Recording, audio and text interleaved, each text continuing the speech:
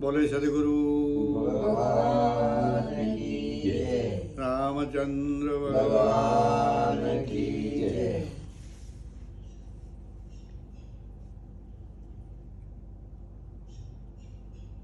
આપણે આ પુણ્યભૂમિના અંદર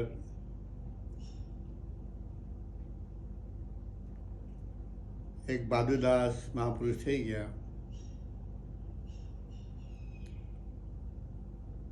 એમને લખ્યું છે, વાણી લખી છે કે मैं अलमस्त फकीरा मेरे संतो भाई, मैं अलमस्त फकीरा, मैं ही देवों का देव कहाँ हूँ, मैं ही पीरन का पीरा, निराधार से खेलूं मैं सुन में सबसे फिरूं अकेला मेरे संतो भाई, मैं अलमस्त फकीरा.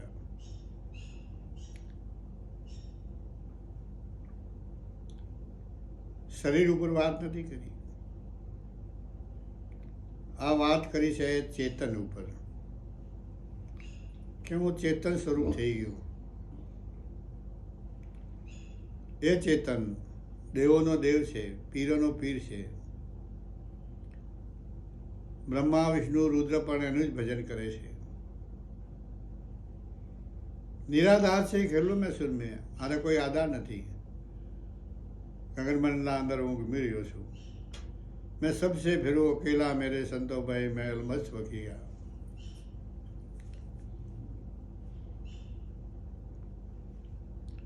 सब घट में मैं उलट समाऊं, सब घट हंसा मेरा, કે બધા ઘટો ઘટના અંદર હું ઉલટ સમાયેલો છું અને બધા જ પ્રાણીઓનો આત્મા ચેતન મારા ઘટમાં સમાયેલા છે. सब घट में मैं उलट समाऊं, सब घट हंसा मेरा, नहीं मैं आऊँ नहीं मैं जाऊँ, दिया अगम घर डेरा. મારે જન્મવાનું રહ્યું નહીં કે મરવાનું રહ્યું નહીં.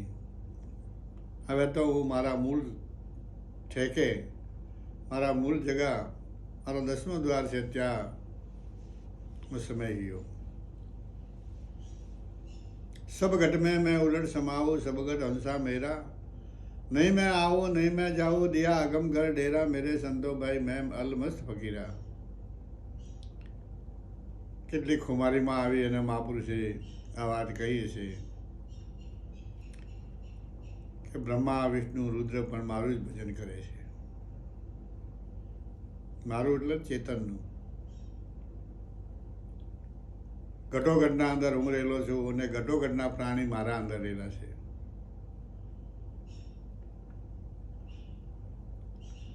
सब घट में मैं उलट समाऊं, सब घट हंसा मेरा, नहीं मैं आऊँ नहीं मैं जाऊँ, दिया अगम घर डेरा मेरे संतो भाई, मैं अलमस्त फकीरा. આગળ કહે છે કે વેદ કિતાબે मैं नहीं मानू, रोम रोम में रम રહ્યા. વેદો કિતાબો પુસ્તકો બધી વસ્તુ નીચી રહી ગઈ. સ્વયં તો ચૈતન્ય પરમાત્મા સ્વરૂપ થઈ ગયો.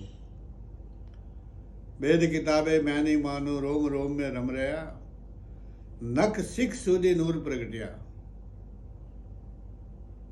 નખથી શિખા સુધી ચેતનનું સ્વરૂપ, ચેતનનું રૂપ પ્રગટ થયું. નખ શીખ સુધી નૂર પ્રગટ્યા, मैं हूँ ज्ञान गंभीरा मेरे संतो भाई, मैं अलमस्त फकीरा. अरे मैं अलमस्त फकीरा मेरे संतो भाई, मैं अलमस्त फकीरा.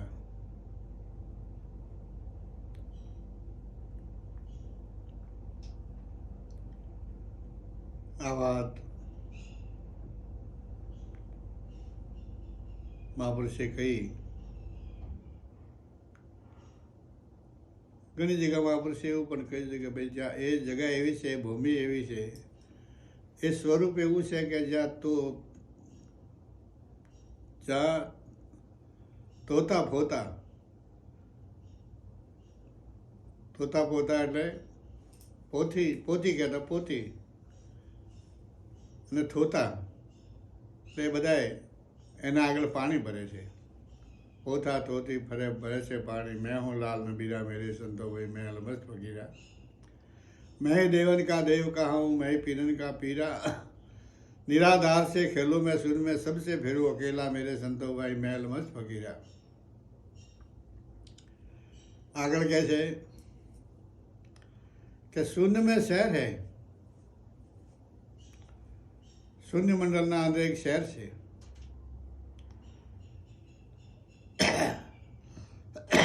એ શહેરના અંદર એક વસ્તી છે. બહુ ગહેરી વાત લખી. शून्य में शहर है, शहर में बस्ती, त्यासे रमो हर न्यारा.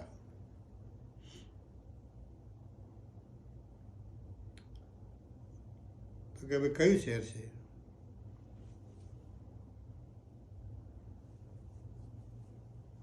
તો કે જ્યાં દેવોનું શહેર છે. शून्य में शहर है, शून्य में शहर है, शहर में बस्ती. એ શહેરના અંદર બધા દેવો વસી રહ્યા છે. ત્યાં છે રમો હર ન્યારા. જ્યાં આકાશ તત્વ છે ત્યાં નાદોનું પ્રાગટ્ય થાય છે. નાદોના દેવ છે. વાયુ તત્વ છે ત્યાં વાયુદેવ છે.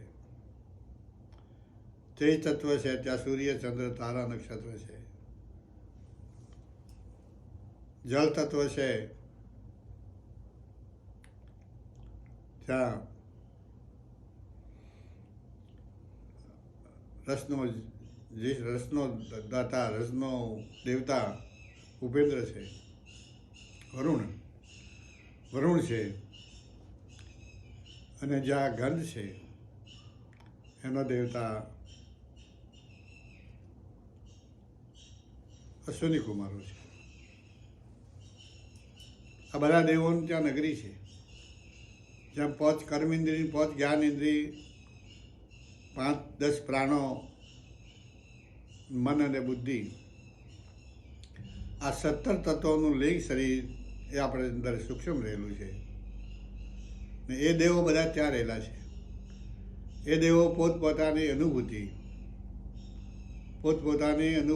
પોતપોતાની રીતે પોતે બધાને કરાવે છે અને સાધક ઊભી કરે છે. शून्य में शहर है, शहर में वस्ती, આ દેવોની વસ્તી. ત્યાં છે રમો હર ન્યારા. એ દેવોથી હું ન્યારો રહું છું.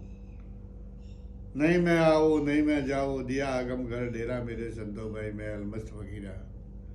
અરે મેં અલમસ્ત ફકીરા મેરે સંતોભાઈ, મેં અલમસ્ત ફકીરા. મહાપુરુષોને હુક્મ મારી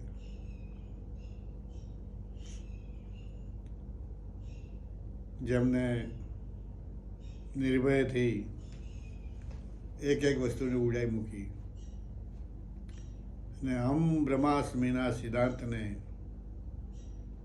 સિદ્ધ કર્યું. હું જ બ્રહ્મ છું. જેમ 4 વેદો, સામવેદે લખ્યું તત્વમસી તે તું છે. જે તે છે એ બીજો આવ્યો અને તું છે એ પોતે આવ્યો. તે તું છે. રઘુવેદ લખે છે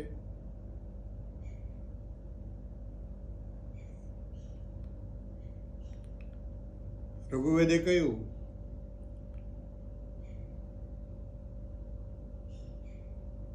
કે તુમ્બ્રા પ્રજ્ઞાન બ્રહ્મ, કે જે મારી બુદ્ધિમાં નહોતો અને જે મારી બુદ્ધિમાં આવ્યો, અનુભવમાં આવ્યો, એ બ્રહ્મ છે. અથર્વવેદ એ આત્મા બ્રહ્મ છે. આત્મા છે તે બ્રહ્મ છે. એમ ભાદુદાસે 4 વેદોના 4 વાક્યોને સિદ્ધ કરી ને એક સિદ્ધાંતને નક્કી કર્યો કે આ સંસારના અંદર 14 લોકના અંદર મારાથી અધિક કોઈ વસ્તુ નથી અને મારી બરાબરીમાં કોઈ વસ્તુ નથી.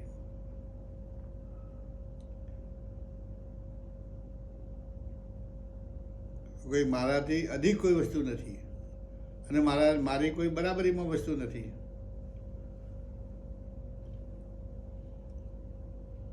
અરે મારા સંતોભાઈ, મેં અલમસ્ત ફકીરા,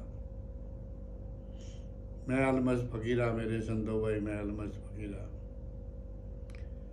આગળ કહે છે कि शून्य में शहर है, शहर में बस्ती, ત્યાં से રમો હર ન્યારા. બધા ન્યારો રમો છો. રામદાસ ચરણે ભણે ભાદુદાસા. રામદાસ એમના ગુરુ હતા. એમના ચરણે ભાદુદાસે કહ્યું કે ભાઈ હું એમના ચરણોમાં રહી અને ભણે ભાદુદાસા. मैं हूँ लाल नबीरा मेरे संतो भाई मैं अलमस्त फकीरा. अरे मैं अलमस्त फकीरा मेरे संतो भाई मैं अलमस्त फकीरा. મહાપુરુષની જે વાણી છે એ વાણીઓને સમજવા માટે બુદ્ધિનું ખૂબ મંથન કરવું પડે. બુદ્ધિને ખૂબ ઘસરણ આપવું પડે, ત્યારે આ વાણીઓનો નિકાલ થાય છે. ખાલી ગાવાથી મજા ના આવે, ખાલી કહેવાથી મજા ના આવે, પણ જ્યારે આ જ વાત આપણા સ્વયં અનુભવમાં આવે ત્યારે આપણો વિજયનો ઝંડો ફરકાય. જ્યાં સુધી અનુભવમાં ના આવે ત્યાં બધી વાતો જેવું જ છે. આપણી પૂર્ણાહતિ ત્યાં નથી. આપણે પૂર્ણાહતિ વસ્તુને પ્રગટ કરીને વસ્તુને પરિપક્વ કરવી, ત્યાં આપણી પૂર્ણાહતિ છે. એટલે જગતના જે જિજ્ઞાસુ ભાઈઓ અથવા તો જગતના જિજ્ઞાસુ બહેનો, જિજ્ઞાસુ સાધકો, મહાપુરુષોએ જે આ વાતો લખી છે એ વાતોને સ્વયં આપણા અંતરમાં અનુભવી ને જોઈશું ત્યારે આ બધી વાણીઓ લખી છે એ એક એક વાણીનો ખુલાસો થઈ જશે. કોઈને પૂછવું નહીં પડે. ઓટોમેટિક જેમ નવાણ કૂવાના અંદરથી પાણી આવે છે તેમ નવાણ કૂવાનું પાણી જેમ ઓટોમેટિક આવે છે, ગમે એટલું ભરો, એમ ઋતુમ્રા પ્રજ્ઞા જ્ઞાન થાય ત્યારે ઓટોમેટિક સત્યથી ભરેલું જ્ઞાન પ્રગટ થાય છે. એને કહેવાય ઋતુમ્રા પ્રજ્ઞાન જ્ઞાન. રામદાસ ચરણે ભણે ભાદુદાસા. મેં હું લાલ નબીરા. લાલ એટલે નહીં કે તું તમારો લાલનનો લાલ છે. લાલ કહેતા કોઈ મોતીની લાલ નહીં, પણ તું મારો લાલનનો લાલ છે. તારાથી પ્રિય કોઈ વસ્તુ છે નહીં, અને તું મારા ઘરમાં પ્રગટ થયો એટલે આ જીવનો ઉદ્ધાર થયો. નકર આ ભવસાગર ઘણો ઊંડો છે. આ ઊંડા ભવસાગરના અંદરથી નીકળવું બહુ દોયલું હતું. જેને અનુભૂતિમાં નથી એમને તો હજી દોયલું જ છે. ક્યારે પત્તો લાગશે એ કોઈ નક્કી નથી.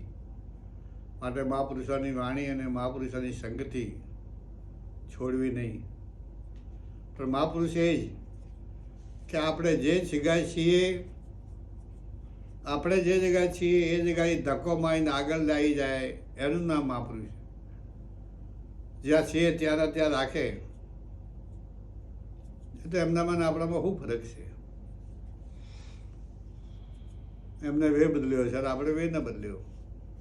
પણ જે જગ્યાએ આપણે છીએ ત્યાંથી ધક્કો મારીને આગળ લઈ જાય એ મહાપુરુષનું કાર્ય છે. મહાપુરુષ સાધક જીવને એકની એક જગ્યાએ રહેવા દેતા નથી. જ્યારે એની ભૂમિકા પાકે છે ત્યારે એને આગળનો રસ્તો ખુલ્લો કરી નાખે છે, અને એ આગળના રસ્તે એ ચાલ્યો જાય, અમરલોકમાં જતો રહે, નિર્વાણ મોક્ષને પામે, પરમગતિને પામે.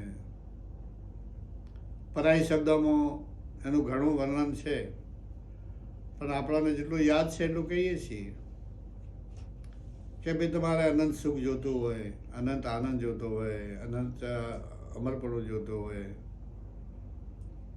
અનંત લક્ષ્મી જોતી હોય, અનંત સિદ્ધિઓ જોતી હોય, અનંત જ્ઞાન જોતું હોય, તો તમે એક તમારા અંદર રહેલા આત્માની પ્રાપ્તિ કરો અને એ આત્માની પરિપક્વતા કરો. પ્રાપ્તિ કરવાથી કોઈ ફાયદો નથી. વસ્તુ એ કોકે આપણને હીરો આપ્યો અને હીરાનો આપણે વિકાસ કરી શક્યા નહીં.